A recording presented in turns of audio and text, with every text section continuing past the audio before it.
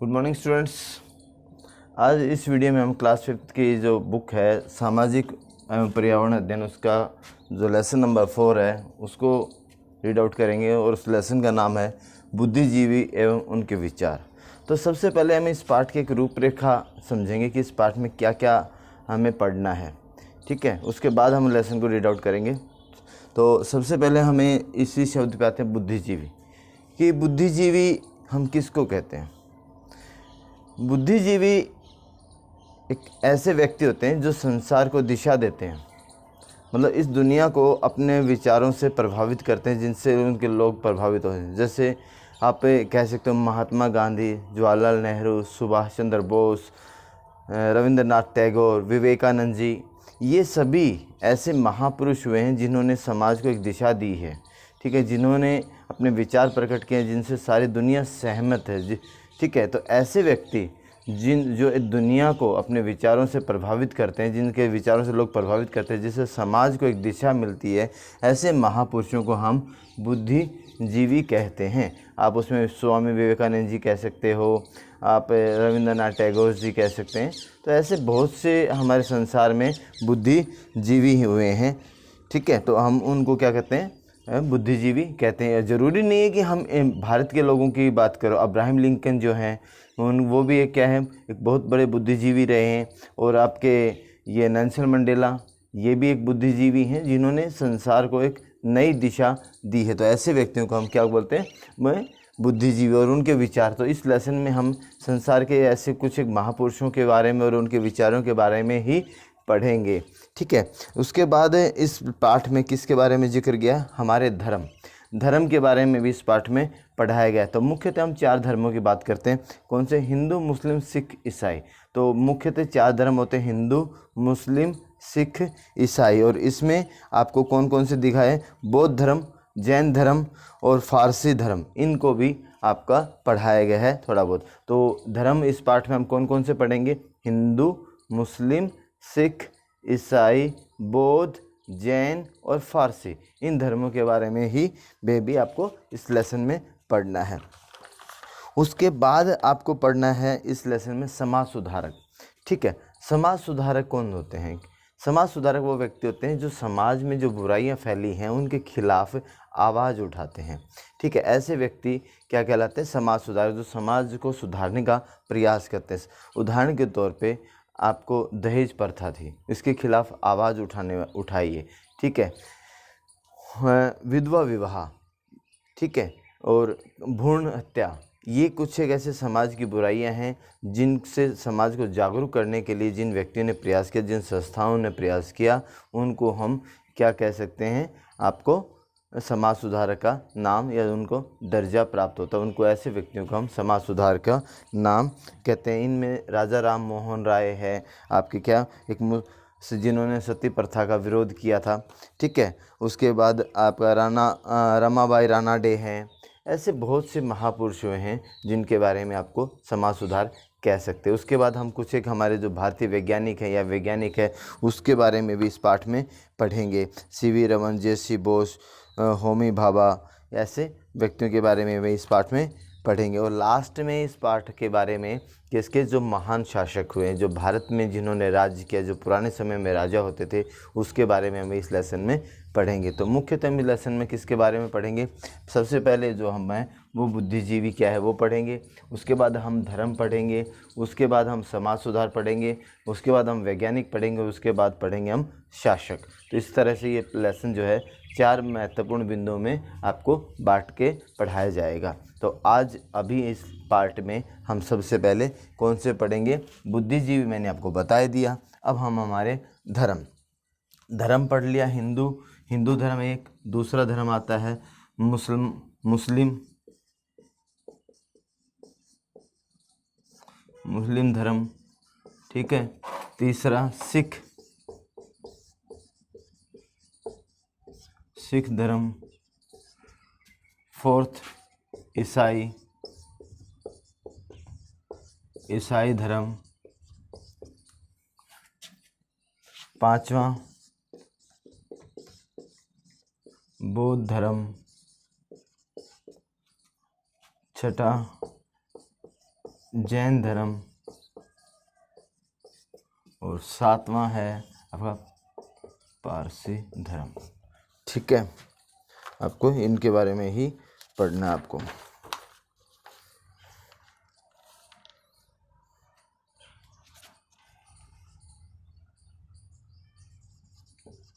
फारसी धर्म। ठीक है, इन 7 धर्मों के बारे में आपको इसमें लेसन में पढ़ाया गया। तो सबसे पहले हमें देखिए क्या पढ़ते हैं, भारत अनेक धर्मों की भूमि है। इस लेसन में कहा गया कि सबसे चलो पहले बातें हैं, भारत में वैज्ञानिक क्षेत्र में बहुत उन्नति की है, बहुत ज़्यादा उन्नति की है। हमारे बहुत से सफल प्रयास किए गए वैज्ञानिकों के द्वारा। ठीक है, वो इस प्रकार से जो चंद्रमा तक की जो हमने खोज कर ली है, तो इस प्रकार के बहुत ज़्यादा उन्नति विज्ञान के क्षेत्र में करी। भारत में अनेक राजा हुए हैं, बहुत महान राजा हुए हैं, हरिश्चंद्र हैं, अकबर हैं, बहुत सारे ऐसे राजा हैं जिन्होंने बहुत भलाई के कार्य किए लोगों के लिए। ठीक है, तो इसके बारे में हमने पढ़ लिया। अब हम कहते हैं कि हमारे धर्म, हम भारत अनेक धर्मों की भूमि है। भारत को अनेक धर्मों की भूमि क्यों कहा जाता है? क्योंकि भारत ही एक ऐसा देश है दुनिया में जहाँ सभी धर्मों को समान रूप से देखा जाता है। ठीक है, यहाँ किसी धर्म को कोई विशेष दर्जा प्राप्त नहीं है।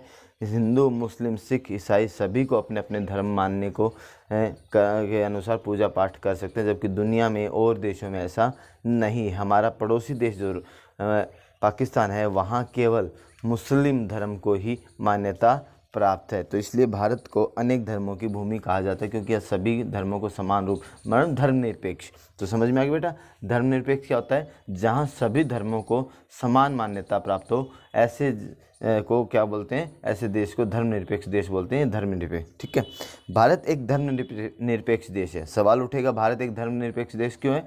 क्योंकि यहाँ सभी धर्मों का समान रूप से समान आदर किया जाता है। सभी व्यक्तियों को अपने अपने धर्म को मानने या उनके अनुसार पूजा पाठ करने का अधिकार है, इसलिए भारत को धर्मनिरपेक्ष देश कहा जाता है। लोगों को अपना धर्म पालने की पूर्ण स्वतंत्रता है। भारत के सभी प्रमुख धर्मों में हिंदू धर्म मानने वाले अधिक है। अब भारत में क्या है, अधिक तो जो है वो अधिकतर क्या है, हिंदू है, लेकिन कभी किसी के साथ भेदभाव नहीं किया जाता। इसके बाद इस्लाम, हिंदू के बाद आता है आपका इस्लाम या मुसलमान धर्म एक ही है।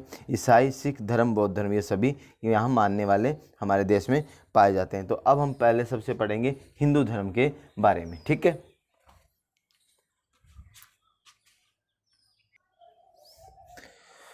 तो देखिए हिंदू धर्मों में सबसे पहले हम किसके बारे में पढ़ेंगे? हिंदू धर्म के बारे में। तो हिंदू धर्म के बारे में ये 4-5 बातें हैं जो आपको मुख्य रूप से जाननी है, पता होनी चाहिए। हिंदू धर्म सबसे प्राचीन धर्म कौन सा है? अगर सबसे कोई प्राचीन धर्म है तो वो सबसे प्राचीन धर्म है हिंदू धर्म। तो सबसे पहले हमें ध्यान रखना है, हिंदू धर्म वो सबसे प्राचीन धर्म। उसके बाद हिंदू धर्म की प्रमुख धार्मिक पुस्तकें, जैसे कि हम हिंदू हैं तो हमें पता है कि हमारी प्रमुख धार्मिक पुस्तकें कौन कौन सी हैं, फिर भी मैंने आपको यहाँ लिख दिया। वेद, पुराण, उपनिषद, ठीक है, भगवत गीता और रामायण।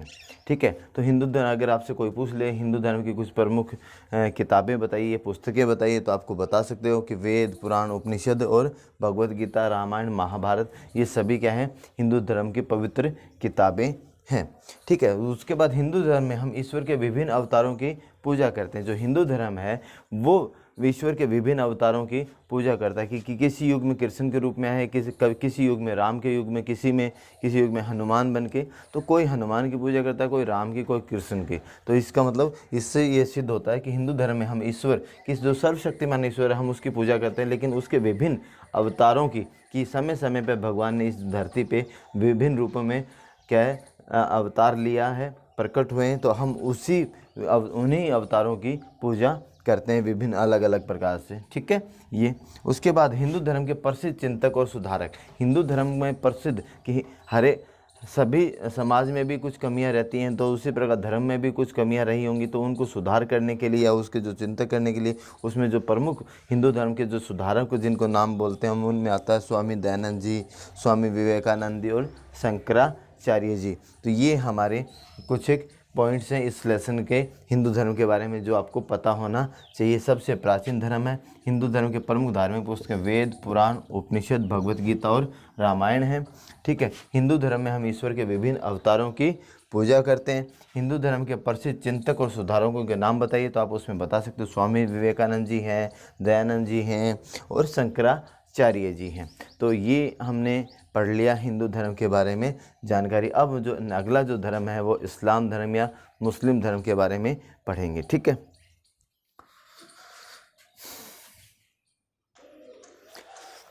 ठीक है। हिंदू धर्म के बाद जो हमारे देश में सबसे बड़ा धर्म, मतलब जिसको ज़्यादा मानने वाले जो व्यक्ति हैं वो है इस्लाम धर्म, मतलब मुस्लिम धर्म को मानने वाले हिंदू धर्म के बाद हैं। तो जिस प्रकार हमने हिंदू धर्म के बारे में पढ़ा, अब उसी प्रकार हम इस्लाम धर्म के बारे में पढ़ेंगे। इस्लाम धर्म का मुस्लिम धर्म भी कह सकते हैं।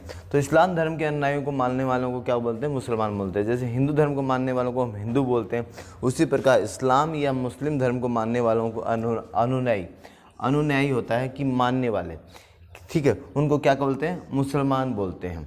ठीक है, उसके बाद इस्लाम धर्म का प्रचार और प्रसार पैगंबर मोहम्मद साहब ने किया था। कि जो इस्लाम धर्म है, मुस्लिम धर्म का जो प्रचार है वो संसार में सबसे पहले किसने किया था? पैगंबर मोहम्मद साहब ने किया था। ठीक है, अब ये जो पैगंबर मोहम्मद साहब है, इनका जन्म कब हुआ था? पैगंबर मोहम्मद साहब का जन्म हुआ था 1400 ईस्वी पूर्व में हुआ था। तो 1400 ईस्वी पूर्व में हुआ था। और ये जो इस्लाम धर्म है दुनिया के विभिन्न, मतलब संसार के विभिन्न भागों में बहुत जल्दी फैल गया। ठीक है, ये एक ईश्वरीय अल्लाह में विश्वास रखते हैं। ये जैसे हिंदू धर्म में हम विभिन्न देवी देवताओं के अवतार, उनकी पूजा करते हैं, लेकिन मुस्लिम धर्म में केवल एक ही, मतलब एक ईश्वर या एक अल्लाह में ही विश्वास रखते हैं। हमारी हिंदू धर्म की तरह अनेक अवतारों की पूजा नहीं करते, ये केवल एक ही ईश्वर या अल्लाह में विश्वास रखते हैं। तो मुसलमानों की धार्मिक पुस्तक है कुरान। ठीक है, जैसे हिंदुओं की रामायण है, ठीक है, उसी पर ही भगवत गीता है, उसी प्रकार मुसलमानों की एक धार्मिक पुस्तक है जिसको कुरान कहते हैं। तो मुसलमानों की धार्मिक पुस्तक कौन सी है? कुरान है। ठीक है, अगला कि हिंदू धर्म में भी कुछ कर्तव्य होते हैं, जैसे पूजा पाठ करना, दान दक्षिणा देना, ठीक है, ईश्वर में विश्वास रखना है। उसी प्रकार मुसलमानों के भी 5 कर्तव्य हैं कि एक मुसलमान के, जो एक सच्चा मुसलमान होता है, उसके 5 कर्तव्य होते हैं जिनको उसे अपने जीवन में लाना पड़ता है, जिनका उसे पालन करना पड़ता है। तो एक मुसलमान के जो 5 कर्तव्य हैं वो कौन से हैं? देखिए, अल्लाह में विश्वास रखना। ठीक है, तो पहला कर्तव्य कौन सा है कि एक मुसलमान को अल्लाह में विश्वास रखना चाहिए। उसके बाद दूसरा, दिन में उसे 5 बार नमाज पढ़ना है। ठीक है, उसके बाद तीसरा जो है वो दान दक्षिणा देना है। 4th, प्रत्येक वर्ष 1 महीने का रोज़ा रखना है। प्रत्येक वर्ष मतलब उसे हर साल 1 महीने का रोज़ा, मतलब उपवास वगैरह रखना है। और 5वां जो है वो अपने जीवन में, मतलब प्रत्येक मुसलमान को अपने जीवन में एक बार जो उनका धार्मिक स्थान है, हज या मक्का मदीना जिसको बोलते हैं, वहाँ की उसे यात्रा करनी ही होगी अपने जीवन में। तो ये इस प्रकार हमने आपका इस्लाम धर्म के बारे में पढ़ लिया। अब अगला जो धर्म है हमारा वो कौन सा है? सिख धर्म है। अगला हम पढ़ेंगे सिख धर्म के बारे में पढ़ेंगे। देखिए,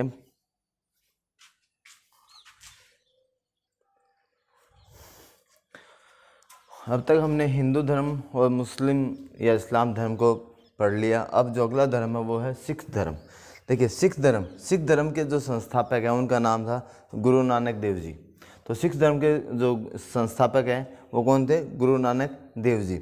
गुरु नानक देव जी का जन्म पंजाब में 500 वर्ष पूर्व हुआ था। तो गुरु नानक देव जी का जो जन्म है वो पंजाब कहाँ हुआ था? पंजाब में। कब हुआ था? 500 वर्ष पूर्व हुआ था।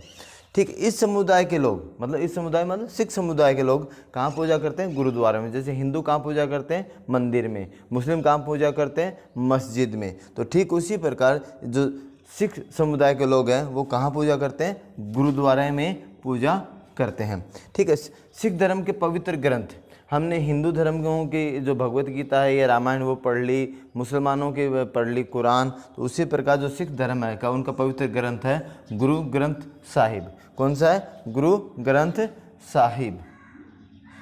ठीक है, ये उनकी पवित्र पुस्तक का नाम है। किनका? सिख। तो और इस पुस्तक में क्या है? इस पुस्तक में किसके बारे में जिक्र किया है? तो वो इसमें बता दिया, गुरु ग्रंथ साहिब में जो सिख धर्मों की पवित्र पुस्तक है गुरु ग्रंथ साहिब, उसमें गुरु नानक देव जो इस धर्म के संस्थापक थे, उनके एवं उनके बाद जो 9 गुरु हुए हैं सिखों के, उनकी शिक्षाओं को संग्रहित किया गया है। कि जो गुरु ग्रंथ साहिब है उसमें गुरु नानक देव जी की शिक्षा एवं उनके बाद आने वाले 9 जो गुरु हैं उनकी शिक्षाओं को इसमें संग्रहित किया गया है। तो ये हमें डिटेल में हमने पढ़ लिया किसके बारे में? सिख धर्म के बारे में कि जो सिख धर्म के संस्थापक कौन थे, उनकी धार्मिक पुस्तकें क्या हैं, का क्या नाम है और उस पुस्तक में किस प्रकार की शिक्षाओं का जिक्र किया गया है, ये हमने इसमें पढ़ लिया सिख धर्म के। अब जो अगला धर्म है वो है हमारा ईसाई धर्म, अब उसको हम पढ़ेंगे।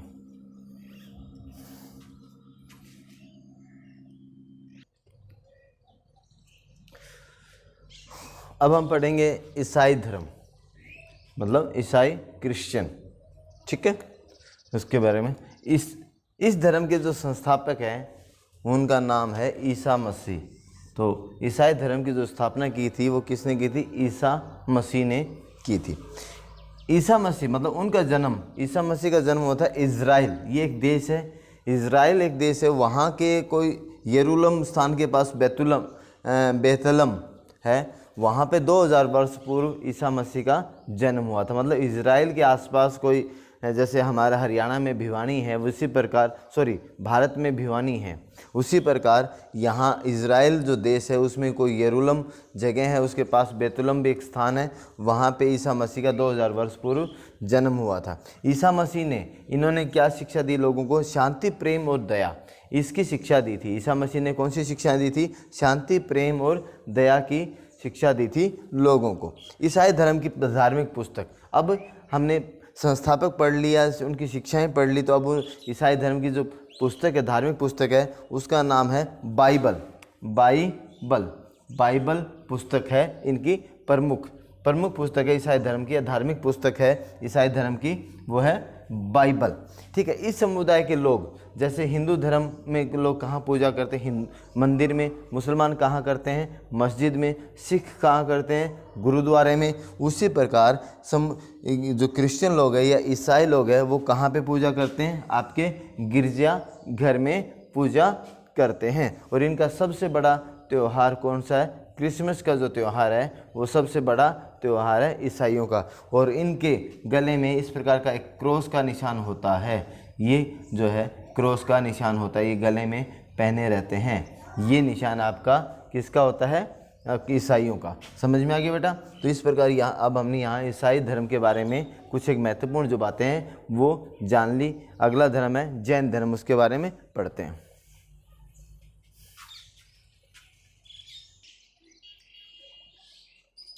जैन धर्म, जो अगला धर्म है हमारा वो क्या है? जैन धर्म। जैन धर्म के संस्थापक, ये जो धर्म है जैन धर्म, उसके संस्थापक कौन थे? वो थे महावीर स्वामी। तो जैन धर्म के जो संस्थापक थे उनका नाम है महावीर स्वामी, ठीक है। महावीर स्वामी के पिता कौन थे? सिद्धार्थ। तो महावीर स्वामी के पिता का नाम है सिद्धार्थ और उनकी माता का नाम है त्रिशाला, ठीक है। ये माता पिता हैं किनके? महावीर स्वामी। महावीर स्वामी मतलब जैन धर्म के संस्थापक महावीर स्वामी, ठीक है। महावीर स्वामी के पिता का नाम सिद्धार्थ, महावीर स्वामी की माता का नाम त्रिशाला। और महावीर स्वामी का जो जन्म हुआ था वो 540 ईस्वी पूर्व हुआ था, 540 ईस्वी पूर्व हुआ था, ठीक है। उसके बाद जिस धर्म की शिक्षा, इस धर्म की जो शिक्षा थी वो क्या है कि हिंसा नहीं करनी चाहिए, कि व्यक्ति को हिंसा नहीं करनी चाहिए, मतलब उसे किसी प्रकार के जीवों को हानि नहीं पहुंचानी चाहिए। और ये शुद्ध शाकाहारी होते हैं, ये शुद्ध शाकाहारी होते हैं और ये जीवों को हानि नहीं पहुंचाना चाहते। यही इस धर्म की मुख्य विशेषताएं हैं कि ये सबसे ज़्यादा अहिंसा पे जोर देते हैं, कि किसी प्रकार की जीवन में हिंसा नहीं करनी चाहिए। ये इस धर्म की मुख्य विशेषताएं है। तो अगला जो धर्म पढ़ेंगे हम वो पढ़ेंगे बौद्ध धर्म।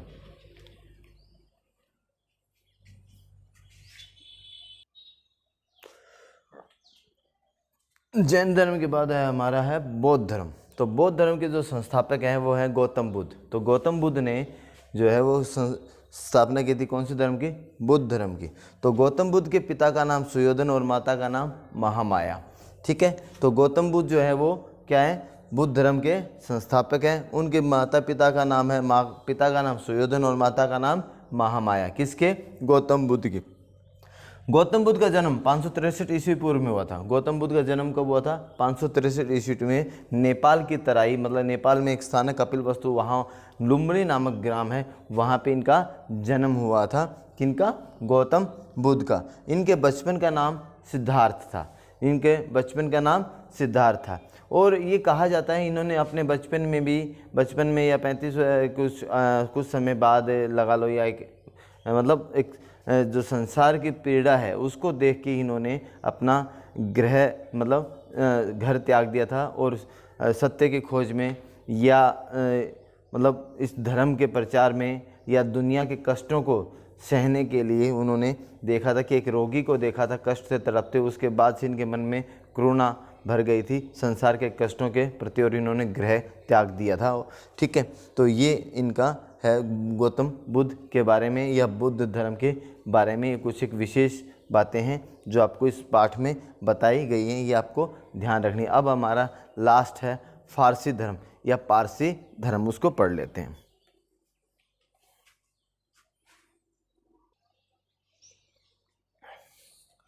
आज के वीडियो का ये आखिरी टॉपिक है, उसके बाद जो हमारा धर्म का जो एक भाग है इस लेसन में वो पूरा हो जाएगा। तो वो आखिरी है पारसी धर्म।